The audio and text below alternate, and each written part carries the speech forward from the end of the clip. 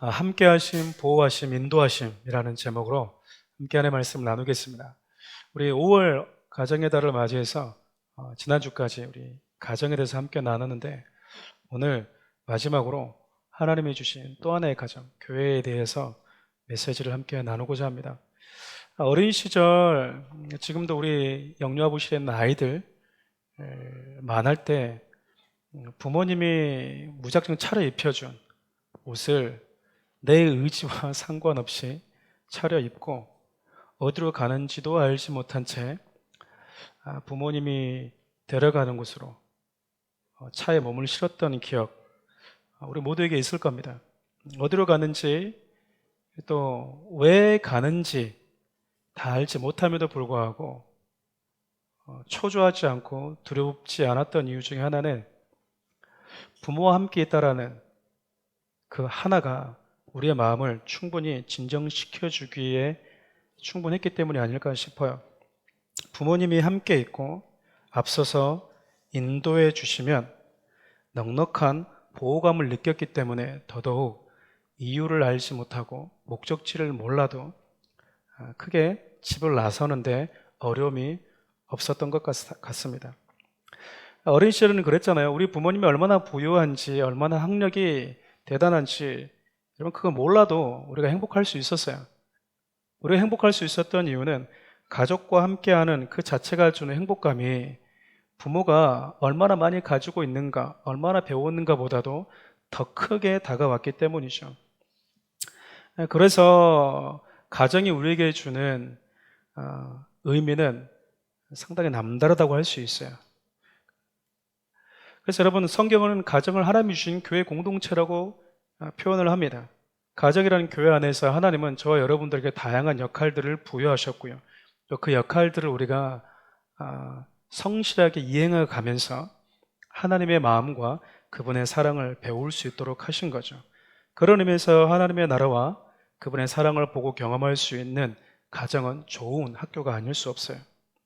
가정과 더불어서 하나님의 사랑과 그분의 나라를 경험할 수 있는 아름다운 공동체가 있다면 바로 교회 공동체일 것입니다. 초대교회뿐만 아니라 초대 한국 교회가 시작되었을 때 많은 선교사들이 대한민국 땅에 들어왔죠. 그들이 한국에 들어와서 가장 먼저 했던 것들 중에 하나가 교회를 세웠습니다. 교회를. 그리고 학교를 세우고요. 병원을 세웠죠. 이름만 되면 여러분들이 다 아는 학교들 거의 대부분이 선교사님들에 의해서 세워졌습니다. 그들이 왜 그렇게 이 땅에 들어와서 길을 쓰고 교회를 세웠을까? 학교를 세우고 병원을 세웠을까? 그들은 교회가 얼마나 중요한지 한 나라의 중심, 가장 기초 속에 되는 것이 바로 교회라는 것을 누구보다도 잘 알고 있었기 때문이 아닐까요? 한번 곰곰이 생각해 보시겠습니까? 대한민국의 학교가 사라지고 병원이 사라지고 군대가 사라진다. 여러분 어떻게 될 것 같습니까? 어차피 학교가 사라져도 학생들은 있을 것이고 교사들은 존재할 텐데 뭐가 문제입니까? 뭐가 걱정입니까? 그런다고 해서 대한민국의 교육이 무너집니까? 라고 말하는 분들이 계실까요? 병원 건물이 없어진다고 해서 의사들이 사라지는 것도 아니고 여전히 환자들은 존재할 텐데 건물 하나 없다고 해서, 병원이라는 건물이 이 땅에 존재하지 않는다고 해서 뭐가 문제겠습니까? 라고 말하는 철없는 분들이 계실까요? 군대는 또 어떻습니까? 대한민국의 군대가 사라진다. 그러면 가장 좋아하는 나라가 어떤 나라일까요? 대한민국을 적으로 여기고 위협하는 나라들 아니겠습니까? 군대가 사라질 때 모든 국민들은 불안해할 수밖에 없겠죠. 왜냐하면 나라의 안위가 전제되어 있지 않은 상태에서의 아무리 경제 발전이 이루어진다 하더라도 그것은 살얼음판을 걷는 것과 같기 때문에 그래요. 누구도 내가 속한 나라의 학교, 병원, 군대라는 조직이 와해되고 해체되는 것을 지지한 사람은 없을 거예요. 혹 여러분 학교의 비리가 발견되었다 하더라도, 병원에 원치 않은 의료 서비스 혹은 부당한 의료 서비스가 발생했다 하더라도 문을 닫지 않고 시정하고 수정하는 이유가 바로 그 때문이 아니겠습니까? 문제가 생길 때마다 다 문을 닫아버리면 이 땅에 존재하는 학교는 얼마나 되고 병원은 또 얼마나 될까요? 군대 역시 마찬가지 아니겠습니까? 여러분, 이 땅에 학교와 병원, 군대와 마찬가지로 교회 공동체는 성도들이 반드시 지켜내야 될 생명의 공동체와 같습니다. 몇몇 교회의 이 부정한 모습들이 온 교회 모습으로 비춰지고 교회 공동체의 존재까지 부정하는 것은 상당히 가슴 아픈 일이 아닐 수 없어요. 이 땅에 교회가 참 많음에도 불구하고 일부분의 목회자들과 일부분의 교회의 연약함이 대한민국의 교회를 다 부정케 만들 수는 없다라는 겁니다. 부족함이 존재하고 시정이 될 것이 있으면 고치고 겸손한 모습으로 다시 우리가 하나님께서 주신 교회의 본연의 그 목적을 바라봐야 되는 것이지, 그렇다고 해서 교회 자체가 와해되고 해체되는 것, 하나님이 기뻐하지 않는다라는 것이죠. 교회는 누가 뭐라 해도 하나님 나라의 소망을 두고 살도록 돕고 이 땅에서 하나님을 가르쳐주는 유일한 공동체이기 때문에 그래요. 여러분들이 어느 곳에 가서 하늘의 소망을 둔다라는 것, 하나님을 배울 수 있겠습니까? 그런 의미에서 교회는 여러분들에게 이 땅을 사는, 특별히 살아가는 성도들에게 어떻게 살아야 되는지, 하나님이 어떤 분이신지, 그 하늘의 소망을 가지고 살아야 된다는 것을 가르쳐주는 좋은 학교가 아닐 수 없어요. 동시에 눈에 보이지 않는 영적 싸움을 싸울 수 있도록 가르쳐주고 훈련시켜주는 군대와도 같습니다. 여러분, 사단은요, 교회가 영적인 학교이자 지구상에서 자신들을 가장 위협하는 영적 군대라는 사실을 너무나 잘 알고 있습니다. 그래서 가능하다면 그가 할 수 있는 모든 것을 동원해서요, 교회를 핍박하고 교회에 대한 부정적인 사고를 사람들에게 심어주어서 교회를 해체하려고 하고 교회에서 말씀을 전하는 목회자들을 폄하시키고 잡아 끌어내리고 교회를 완전히 해체시켜버리고 싶어 해요. 여러분, 그럴 때일수록 성도들은 뭐 해야 됩니까? 교회 공동체를 지켜내야 된다는 겁니다. 한 목사님의 설교가 좀 크게 와닿았어요. 그런 말씀을 하셨습니다. 지금이 전염병이 있는 시대 아닙니까? 그러니까 우리는 지금 뭐 해야 돼요? 정부에서 전염병이 왔으니까 교회가 좀 지켜주십시오. 왜냐하면 교회로 인해서 다른 외부의 사람들에게, 또 다른 이들에게 피해가 갈 수 있습니다.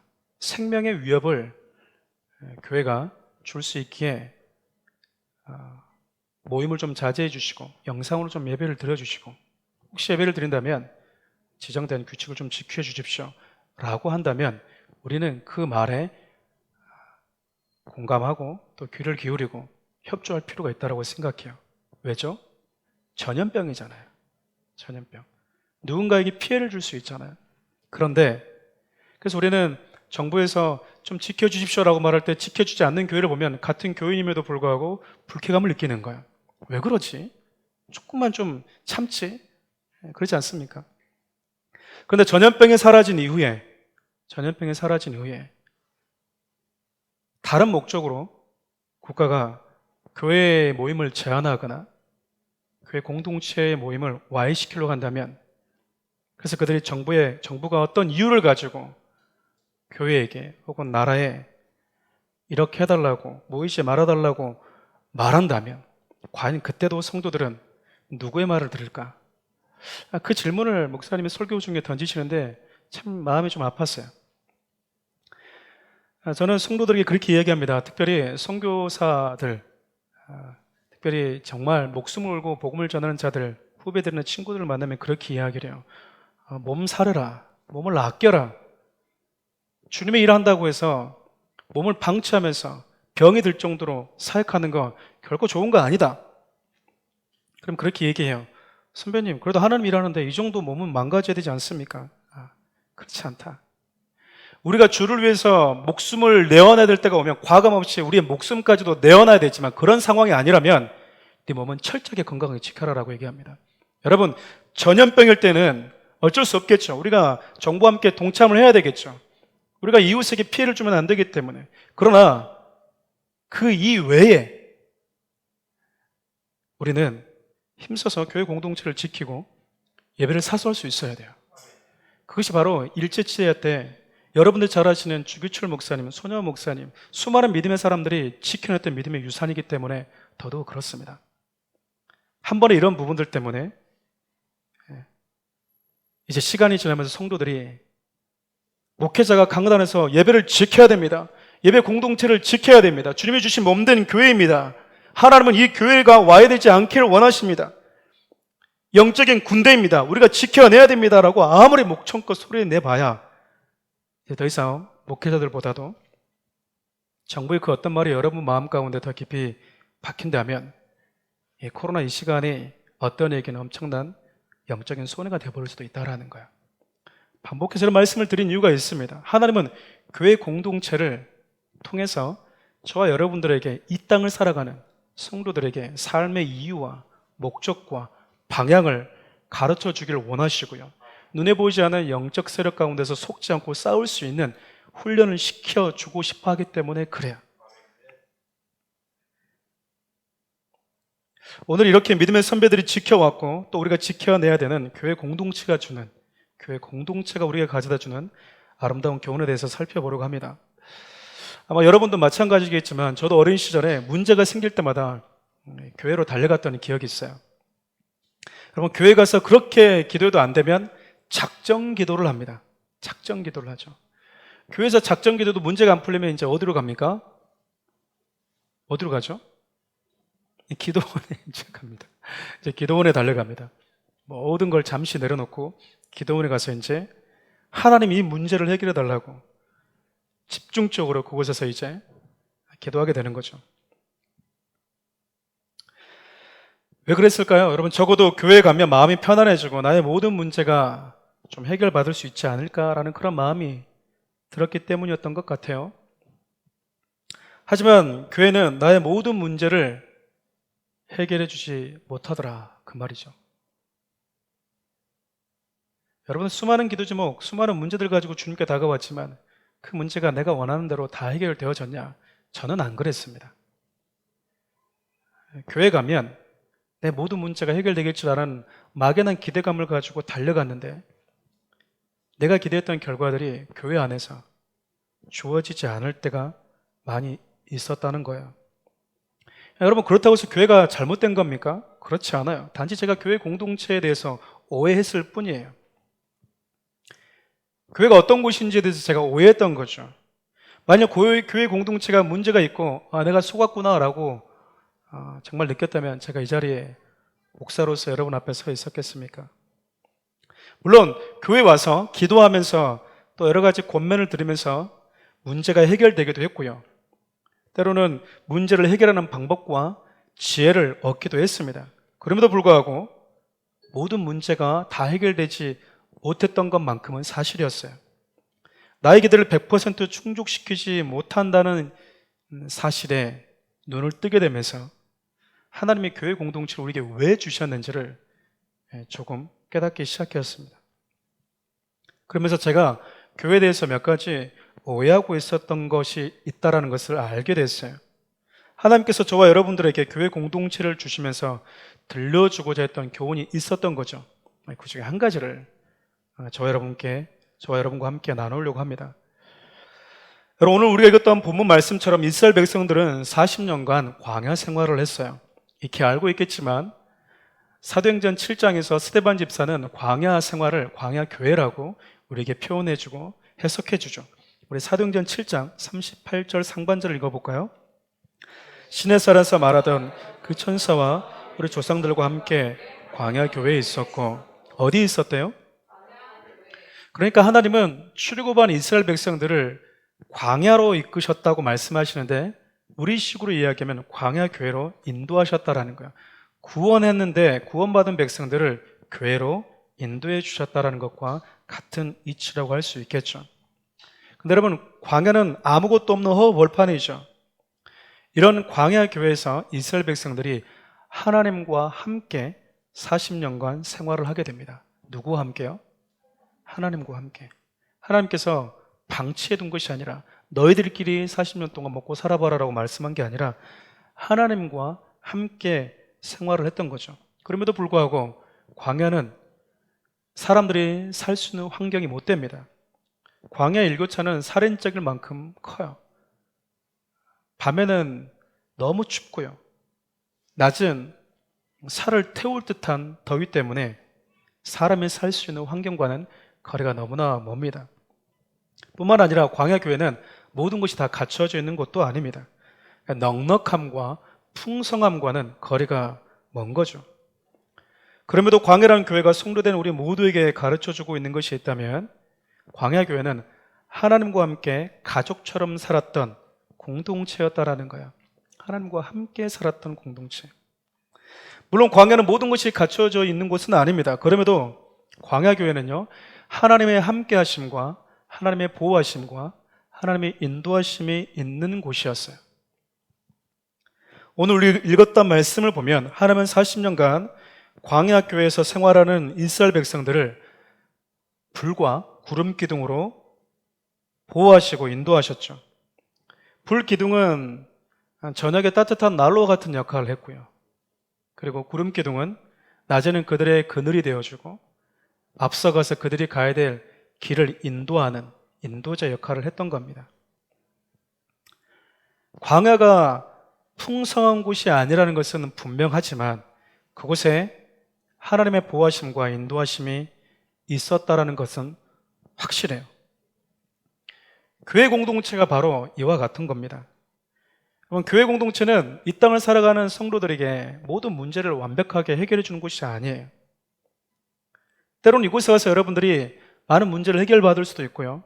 어떻게 그 문제를 바라봐야 되는지에 대한 관점과 또 그 문제를 해결할 수 있는 지혜를 얻기도 하겠지만 교회는 여러분의 모든 문제를 해결해 주지 못합니다. 죄송하지만 그게 사실입니다. 그럼에도 많은 성도들이 교회 안에 자신의 문제를 해결받기 위해서 그것이 목적에 대해서 교회를 찾는 이들이 많아요. 사업의 문제, 가정의 문제, 부부와 자녀의 문제, 재정과 학업의 문제 등 그 문제를 가지고 성도들이 교회를 찾는다는 것이죠. 물론 우리는 그런 문제들이 있을 때 하나님께 나와서 은혜를 구하고 기도해야 합니다. 그럼에도 우리가 기대했던 결과와는 사뭇 다른, 전혀 다른, 내가 원치 않는 결과가 내 손에 주어질 수도 있어요.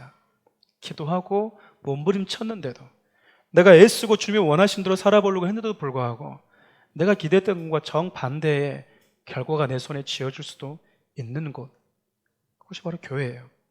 어쩌면 이것을 여러분과 저는 이미 경험했고요, 또 경험하고 있고 앞으로도 경험할지도 모르겠습니다. 안타까운 것은 내가 기대했던 것과 그 결과가 다른 결과가 주어졌다고 해서 교회를 떠나고 혹은 신앙이 식어버린 자들이 있다라는 거예요. 왜일까요? 교회 공동체가 어떤 것인지에 대해서 오해했기 때문에 그렇습니다. 사랑하는 우리 성도 여러분, 기억합시다. 내가 기대했던 결과와 다른 일이 일어났다 해도 하나님이 변함없이 나와 함께 하시고 나를 보호하시고 내 삶을 인도하고 있다는 사실을 우리가 기억해야 돼요. 하나님이 함께 하실 때 우리는 어떤 상황도 능히 견딜 수 있게 됩니다. 성경은 하나님이 함께 하시는 것이 저와 여러분들에게 어떤 의미가 있는지 정말 많은 지면을 활용해서 우리에게 말씀하고 있어요. 우리 신명기 20장 1절 말씀 함께 읽어볼까요?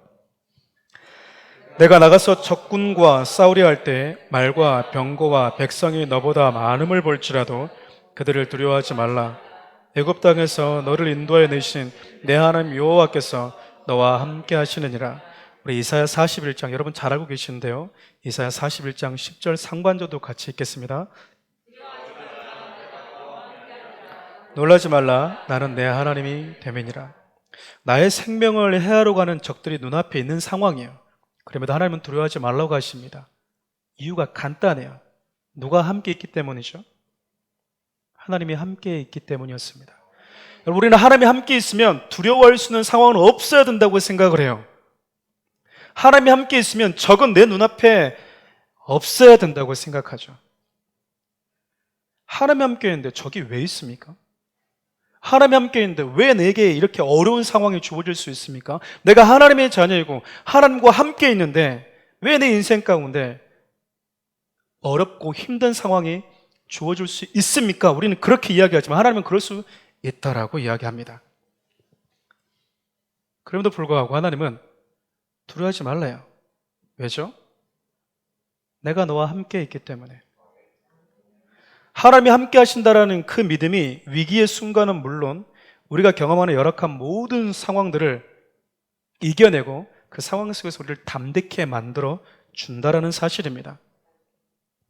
그러니까 여러분, 하나님이 어떤 분이신지를 알 때 우리가 두려워하지 않을 수 있게 되는 것이죠.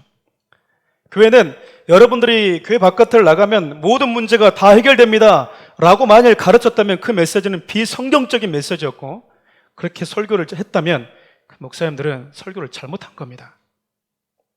무엇을 가르쳐 줘야 될까요? 하나님이 어떤 분이신지를 아십시오. 당신과 함께하는 그분이 어떤 분이신지를 배워서 아십시오. 하나님이 어떤 분이신지를 알게 되면, 당신과 함께하는 그분이 당신에게 어떤 분이신지를 알게 되면 교회 바깥을 나가서 이제 당신이 경험하게 될 수많은 환경 속에서 두려워하지 않게 될 것입니다. 그게 성경의 메시지예요.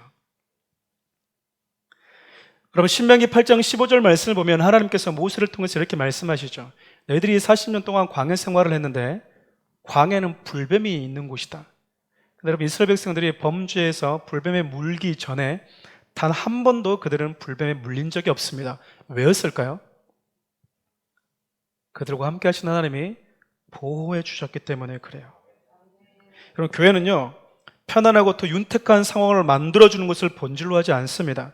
내가 원하는 것을 받아내고 또 얻기 위해서 교회 공동체가 존재하는 것이 아니라는 말이에요. 교회 공동체는요, 하나님의 함께 하심과 그분의 보호하심과 그분의 인도하심이라는 가치를 경험하고 배우는 곳이에요. 그리고 하나님께서 이스라엘 백성들을 데려가신 광야 교회는 말 그대로 결핍의 장소였습니다. 물론 하나님은 이스라엘 백성들에게 만나를 주어서 먹이셨습니다. 여러분, 우리 하나님의 만나를 주어서 먹였으니까 얼마나 기쁜가? 맛없습니다. 여러분들이 가족들과 함께 만찬하는 그것보다 정말 맛없어요. 이스라엘 백성들은 분명히 하나님이 주신 것을 공급받았지만 진수성찬을 광야에서 먹었던 건 아닙니다. 그들이 목이 말라서 하나님이 물을 주긴 하셨지만, 여러분들 집에 있어서 목마르면 언제든지 정수기 버튼을 누르면 내가 원하는 만큼의 풍족한 물을 저장해서 먹을 수 있는 것도 아니었어요.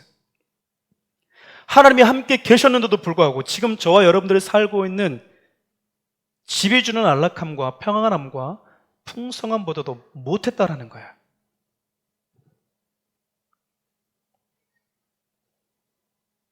하나님이 함께 하셨고 하나님이 보호하셨는데도 불구하고 이스라엘 백성들이 광야 교회에서 누리고 경험했던 것은 결코 저와 여러분들이 기대했던 그런 안락함과 평안함과는 거리가 멀었습니다.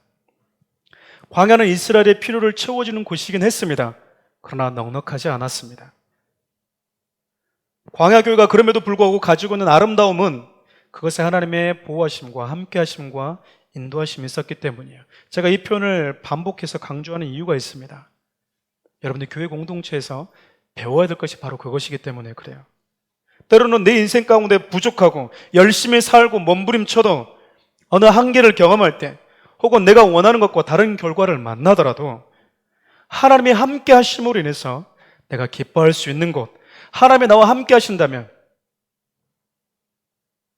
오늘 하루도 반복된 일상도 내가 기쁨으로 새로운 마음으로 그분과 함께 걸어갈 수 있는 것, 그것을 배우는 곳이 바로 교회 공동체입니다. 교회는요, 여러분, 어떤 문제 해결보다도 인도하심이라는 가치가 더 소중함을 배우는 현장입니다.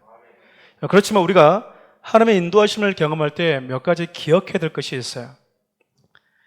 그중에 첫 번째가 나를 인도하시는 그분이 내게 가장 선하다라는 사실입니다. 나를 인도하시는 하나님이 내게 가장 좋은 것을 주시고 내게 선하셔서 내가 가장 좋은 곳으로 인도하는 믿음을 가질 때 그분이 인도하는 대로 따라갈 수가 있는 거예요. 자녀들이 부모가 부르면 가자 그러면 뛰어나오지만 모르는 사람이 부르면 뛰어나가지 않습니다. 왜일까요? 나를 가장 좋은 곳으로 인도할 거라는 것에 대한 신뢰가 없기 때문에 아니겠습니까? 그가 누구인지에 대한 지식이 없기 때문에 그렇죠. 근데 여러분, 우리를 인도하신 하나님은 우리에게 가장 좋은 곳을 주시는 분이라고 말씀을 하세요. 마태복음 7장 11절 말씀 함께 읽어보겠습니다. 너희가 악한 자라도 좋은 곳으로 자식에게 줄 알거든 하물며 하늘에 계신 너희 아버지께서 구하는 자에게 좋은 곳으로 주지 않겠느냐. 하나님은 구하는 당신의 자녀들에게 가장 좋은 것을 주시는 분이라고 말씀을 하십니다. 그리고 하나님은 이미 저와 여러분들에게 그분이 줄 수 있는 최고의 것, 가장 좋은 것을 주셨어요. 또 여러분 시편 23편 1절에서 3절 말씀을 보면 그분은 저와 여러분들에게 가장 좋은 것을 주시고 가장 좋은 것으로 인도하는 분으로 소개하고 있습니다. 우리 1절부터 3절 말씀을 함께 읽겠습니다. 영원한 나의 목자시니 그가 나를 푸른 풀밭에 누이시며 쉴만한 물가로 인도하시는도다. 내 영혼을 소생시키시고 자기 이름을 위하여 의의 길로 인도하시는도다.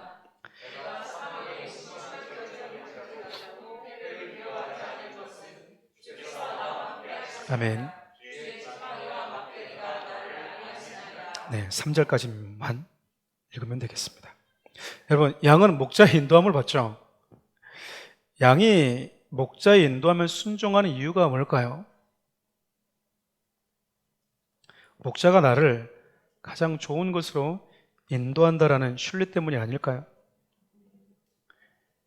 그렇다면 여러분, 저와 여러분도 마찬가지 아니겠습니까? 하나님께서 나를 가장 좋은 곳으로 인도하시고 나아가서 내게 가장 필요한 것이 어디에 있는지를 나보다 가장 잘 아신다라는 그 믿음과 그 사실이 인정되어질 때 우리가 그분의 인도함을 비로소 받을 수 있는 거예요. 그분이 나를 가장 좋은 곳으로 인도한다는 그 믿음이 결여되어 있으면요, 아무리 그분의 인도하심이라는 불기둥이 있어도 따라가지 않게 되는 거죠. 그래서 우리는 하나님의 인도하심을 받을 때, 특별히 하나님이 말씀으로 우리를 인도해 가실 때, 그 인도를 받는 성도들은 나를 인도하시는 하나님이 나를 가장 좋은 곳으로 인도하신다라는 그 믿음을 가질 필요가 있다는 거예요. 하나님의 인도하심을 받을 때 우리가 기억해야 될 두 번째 가치가 있는데요, 바로 그분이 인도하는 곳은 어디든지 이제 함께 가겠다라는 각오예요. 결단이 필요한 거죠. 시편 23편 1절에서 3절까지는 하나님께서 나를 가장 좋은 곳으로 인도해 주시는 분이라는 사실에 대한 그 믿음을 가지고 따라가는 장면이라고 한다면, 4절은 여러분 전혀 예상치 못하는 곳으로 목자가 나를 인도하는 장면이 담겨져 있어요. 우리 읽었지만 4절 말씀도 함께 읽어보겠습니다. 내가 사망의 문침한 골짜기로 다닐지라도 해를 두려워하지 않을 것은 주께서 나와 함께 하심이라. 주의 지팡이와 막대기가 나를 안위하시나이다. 사망의 음침한 골짜기는요, 푸른 풀밭, 쉼만한 물가와는 정반대되는 곳이죠. 우리 중 누구도 죽음의 냄새가 나는 곳을, 그 골짜기를 걷고 싶어하는 사람은 없어요. 죽음의 위협이 있는 그 현장을 모험해보고 싶은 사람도 없습니다. 그럼에도 불구하고 다윗은 사망의 음침한 골짜기도 지나가겠다고 고백하고 있어요. 그 이유가 뭘까요? 나를 인도하신 하나님, 그분에게 나의 보호하심이 있다라는 사실을 신뢰했기 때문에 그래요. 보호하심과 인도하심이 자신과 함께하는 하나님께만 있다는 신뢰가 있었기 때문에 그렇습니다. 가끔 우리 영화를 보면 안전한 곳으로 피하려고 하다가 거기서 이 사고로 죽는, 우리 흔히 하는 말로 영화 보면 참 재수없는 사람들이 등장하지 않습니까? 살려고 하나님을 피했는데, 살려고 음침한 골짜기를 떠나는데, 떠나온 곳에 하나님이 계시지 않다면 가장 위험한 곳으로 우리가 살고 있는 거예요. 하나님의 인도하심과 보호함이 없는 현장만큼 위험한 현장이 없는 거죠. 다윗은 하나님을 통해서 푸른 초장과 쉴만한 물가를 몇 차례 경험하게 됩니다. 그러면서 그는 내 모든 쉼과 내 모든 만족이 하나님께만 있다는 사실을 깨닫게 돼요. 그래서 사망의 음침한 골짜기라 해도 하나님이 함께 하시면 그곳이 가장 안전하다고 하는 정말 모순처럼 보이는 그 믿음을 갖게 되었던 겁니다. 하나님의 보호하심과 인도하심이 하나님께만 있다라는 나의 영혼의 보호하심이 하나님께만 있다는 절대적 신뢰를 가지고 살았던 거죠. 그렇기 때문에 다윗은 하나님이 어디를 나를 인도하든 기꺼이 따라갈 수 있었고 따라갈 준비와 각오가 되어 있었던 겁니다. 여러분 잘 아시는 찬송가 438장 내 영혼이 은총이 바라는 찬양 있죠. 그 3절 가사가 이래요. 높은 산이 거친들이 초막이나 궁궐이나 내 주 예수 계신 곳이 그 어디나 하늘나라. 꼭 초막만 좋은 건 아닙니다. 궁궐도 좋습니다. 문제는 그곳에 하나님이 함께 있냐 함께 하지 않냐가 더 중요합니다. 여러분 이런 고백을 할 수 있는 사람은요, 내가 처해진 환경, 나의 기대, 나의 바램보다도 하나님이 지금 내 곁에서 나와 함께 계시고 나를 인도하신다는 그 사실에 대한 더 큰 가치, 더 큰 의미를 두고 있는 자만이 이 고백을 할 수 있는 거예요. 사랑하는 성도 여러분, 소위 말씀드렸던 것처럼 우리 중 누구도 죽음과 멸망의 냄새가 나는 곳을 지나가고 싶은 사람은 없습니다. 가능하면 풍성한 곳, 내가 원할 때마다 물을 마실 수 있는 곳, 내가 원할 때마다 무언가를 먹을 수 있고 채울 수 있는 곳, 어디로 가든지 간에 길이 보이는 곳, 내일은 어디로 갈지 충분히 내 플랜 속에 있는 것, 내일 일어났는데 어디 가야 될지 모르는 것처럼 답답한 게 없잖아요. 특별히 계획적인 사람일수록 더 그러지 않겠습니까? 창구에 뭐가 저장되어 있지 않으면 불안해하는 사람 있잖아요. 빵도 부족하고 물도 내 마음대로 마실 수 없고 나침판도 없는 곳을 누가 걷고 싶어 하겠냐 그 말이에요. 그런데 하나님은 그런 곳으로 당신의 백성들을 이끄셨어요. 그리고 그것을 교회라고 칭하셨습니다. 어쩌면 교회 와도요, 이런 고민이 전혀 해결되지 못한 채 우리는 이곳을 떠날지도 모르겠습니다.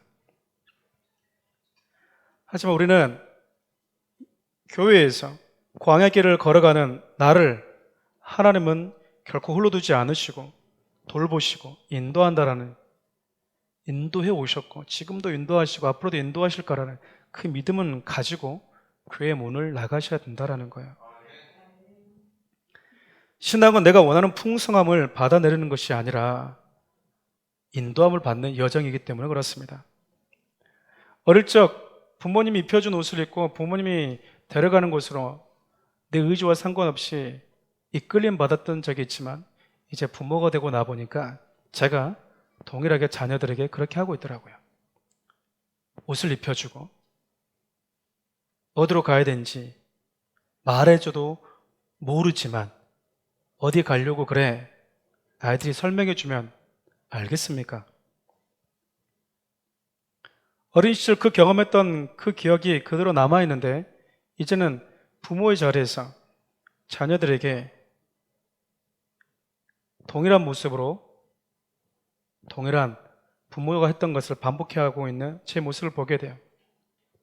인도하심을 받았던 제가 이제 자녀들을 인도하는 역할을 하고 있는 것이죠. 자녀들에게 아무리 설명해줘도 자녀들은 모릅니다. 그곳이 어디인지. 근데 자녀들은 어디 간다고 그러면 무조건 뛰어나옵니다. 제가 밑에 쓰레기 버리러만 가려고 해도 뛰어나와요. 같이 가자고.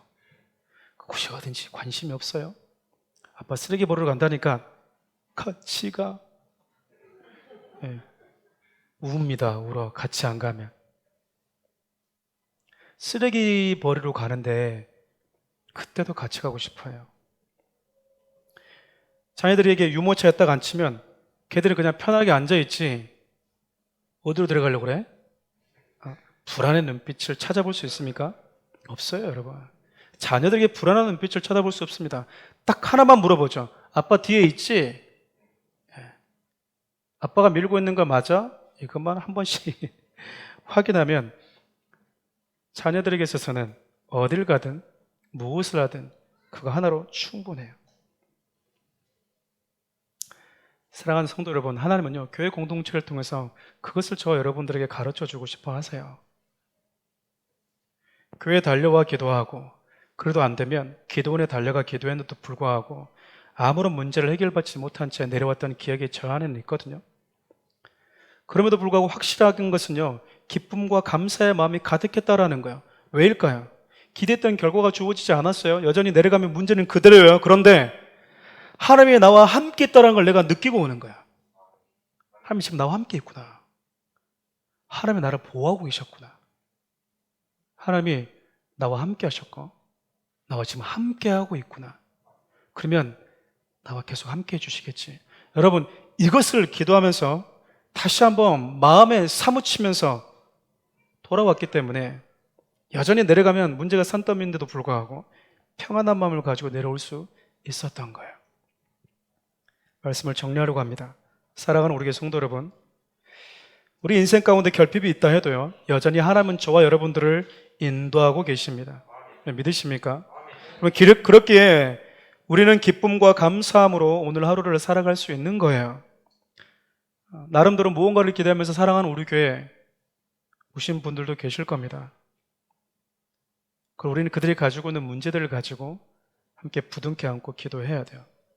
그럼에도 저와 여러분들이 교회 공동체를 통해서 분명하게 발견해야 될 것이 있습니다. 교회는 구원받은 성도들에게는 하나님의 함께하심과 하나님의 보호하심과 하나님의 인도함이 있다라는 사실입니다. 여러분, 일생이라는 여정을 살아가는 데 있어서 하나님의 보호하심과 인도하심으로 충분하다는 사실을 배우고 깨닫도록 만들어주는 게 목사인 저고요. 그게 교회 공동체입니다. 40년간 특별히 부유하지 않고 특별히 또 부족한 것도 없이 살았던 이스라엘 백성들, 어쩌면 하나님을 믿고도 저와 여러분의 삶이 전과 다를 바 없는 평범해 보일지도 모르겠습니다. 그러면도 이스라엘 백성들이 다른 이방 민족들과 달리, 열방과 달리 독특한 그 특별함이 있었다면 하나님이 함께 하셨다라는 거예요. 하나님이 친히 보호하신 민족이었다라는 겁니다. 여러분, 저와 여러분도 마찬가지예요. 믿지 않는 자와 믿는 여러분과 제 삶의 특별히 다른 이유가 무엇이겠습니까? 하루로 살아가는 삶은 똑같습니다. 문제를 경험하는 것도 똑같습니다. 그럼에도 저와 여러분이 하나님 앞에 특별한 것은요, 하나님이 지금 여러분 곁에서 함께하고 있고 여러분의 인생을 보호하고 있고요, 여러분의 삶을 인도하고 있다는 거예요. 무엇을 기대하시면서 교회 공동체에 오셨습니까? 무엇을 기대하면서 교회 공동체 생활을 하고 계십니까? 이 믿음을 가질 때요, 다윗이 고백하잖아요. 그분이 결국 나를 가장 좋은 곳으로 인도한다고. 왜 이곳으로 나를 인도하는지, 왜 이런 문제를 나로 하여금 겪게 하는지 알 수 없지만 하나님의 선하심을 믿고 한 발 한 발 내디디면서 하루하루를 살아갈 때 결국 하나님이 저와 여러분들을 가장 좋은 그분의 나라까지 인도한다는 그 사실을 믿을 수 있기를 바라요. 그리고 그분의 나라에 가면 이 땅에서 경험했던 결핍의 순간 속에서도 하나님의 나와 함께 인도하셨다라는 그 사실을 저 여러분들이 찬양하게 될 것입니다. 사랑과 영혼이라는 오래된 영화가 있죠. 사랑하는 남자가 남편이 일찍 자기보다 먼저 떠나고, 근데 그 사랑하는 남자가 자기 곁에서 계속해서 같이 삶을 살고 있는 거죠. 위험할 때 보호하려고 하고. 근데 우린 영화로 보니까 그러죠. 근데 그 당사자는 사랑하는 사람이 보이지 않잖아요. 우리는 애가 타는 거죠. 우리는 제3자 입장에서 전지적 작가 시점에서 보니까, 근데 배우는 현장에 내 곁에 사랑하는 사람이 나를 지키고 나를 보호하고 나의 아픔을 안타까워하고 있다는 것을 못 보죠. 저는 사랑하는 우리 교회 성도들이 좀 이것을 보면서 살았으면 좋겠습니다. 하나님의 나라에 가서 비로소 보지 말고 하나님의 나라에 가서 보이는 커다란 브라운관을 통해서 우리 인생을 다시 반추해 볼 때 우리 주님 함께 하셨네, 그렇게 그곳에서만 찬양하지 말고 지금 보자라는 거예요. 왜냐하면 우리는 하나님의 나라를 가기 이전에 성경이라는 브라운관을 한번 보고 있지 않습니까? 이스라엘이라는 나라를, 이스라엘이라는 이 사람들을 광야라는 교회 하나님이 어떻게 인도하셨는지 우리는 지금 보고 있지 않습니까? 그러면 여러분, 믿음의 눈을 떠서 힘든 순간에도, 외로운 순간에도, 아픈 순간에도, 결핍의 순간에도 주님이 나와 함께 계시고 나를 보호하고 계시고 나를 인도하고 있다라는 그분을 발견하게 될 것입니다. 바라기는 각자의 삶에서 하나님의 가장 선한 인도하심이 있다라는, 하나님께만 가장 선한 인도하심이 있다라는 그 믿음 가지고 결핍이라는 광야도 넉넉하게 지나갈 수 있는 저와 여러분들 될 수 있기를 바라요. 우리 그 마음 가지고, 우리 오래된 찬양인데요, 우리 가슴에 손을 얹고 이 찬양 주님께 올려드리도록 하겠습니다. 날마다 숨쉬는 순간마다, 날마다 숨쉬는 순간마다 내 앞에 어려운 일 보내 주님 앞에 이 몸을 맡길 때 슬픔 없네, 두려움 없네. 주님의 그 자비로운 손길 항상 좋은 것 주시도다. 사랑스레 아픔과 기쁨을, 수고와 평화와 안식을 날마다 주님 내 곁에 계셔 자비로 날 감싸주시네. 주님 앞에 이 몸을 맡길 때 힘주시네, 위로함 주네. 어린 나를 품에 안으시서 항상 평안함 주시도다.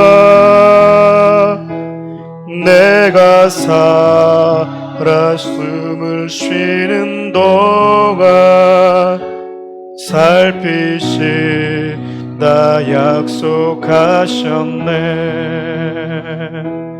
인생의 어려운 순간마다 주의 약속 생각해보네. 내 맘속에 믿음 잃지 않고 말씀 속에 위로를 얻네. 주님의 도우심 바라보며 모든 어려움 이기도다. 흘러가는 순간순간마다 주님 약속 새겨봅니다. 아멘. 기도합시다. 하나님이 이스라엘 백성들을 광야에서 40년간 생활하고 난 다음에 가나안에 입성하실 때 모세를 통해서 이렇게 말씀하시죠. 내가 너희들을 40년간 안아왔다. 결국 안으신 하나님이 그들을 보호하고 인도해 오셨던 거죠. 우리는 자주 이런 질문들을 합니다. 어디로 가는데요? 왜요? 도대체 왜 나를 그곳으로 데려가는 건데요? 왜 이런 환경으로 나를 데려오셨나요? 라는 질문들 참 많이 하죠. 그 질문 하셔야 됩니다. 근데 여러분, 그 질문 하기 이전에 그분이 나와 함께 계시고 나를 보호하고 계시고 나를 인도하고 있다는 사실을 간과한 채 그 질문을 던지면 안 됩니다. 사랑하는 우리 교회 성도들이 교회 생활 열심히 하는 건 참 좋습니다. 열심히 생활해도 내 인생에 아무런 문제가 내가 기대했던 결과와 달리 나에게 주어질 때 그때에도 이 믿음을 끝까지 부여잡고 살 수 있기를 바라요. 오늘 이 말씀을 붙들고 함께 기도했으면 좋겠습니다. 그리고 사랑하는 우리 모든 성도들이 그렇게 우리 주님의 보호하심과 인도하심 가운데 있다라는 그 믿음을 부여잡고 어떤 상황 속에서도 하나님의 손길을 느끼고 하나님의 함께 하심으로 인해서 위로를 받고 그 약속을 새기면서 오늘 내일 넉넉한 기쁨을 가지고 살아갈 수 있게 해달라고 기도합시다. 우리 주 이름 한번 부르며 기도자로 나갑니다. 주여! 살아계신 하나님, 그렇습니다. 하나님, 사랑하는 귀한 성도들의 삶을 축복해 주십시오. 그들이 교회라는 현장 속에서 하나님을 배우고 하나님의 내 인생 가운데 어떤 분이신지 더 깊이 알게 도와주십시오.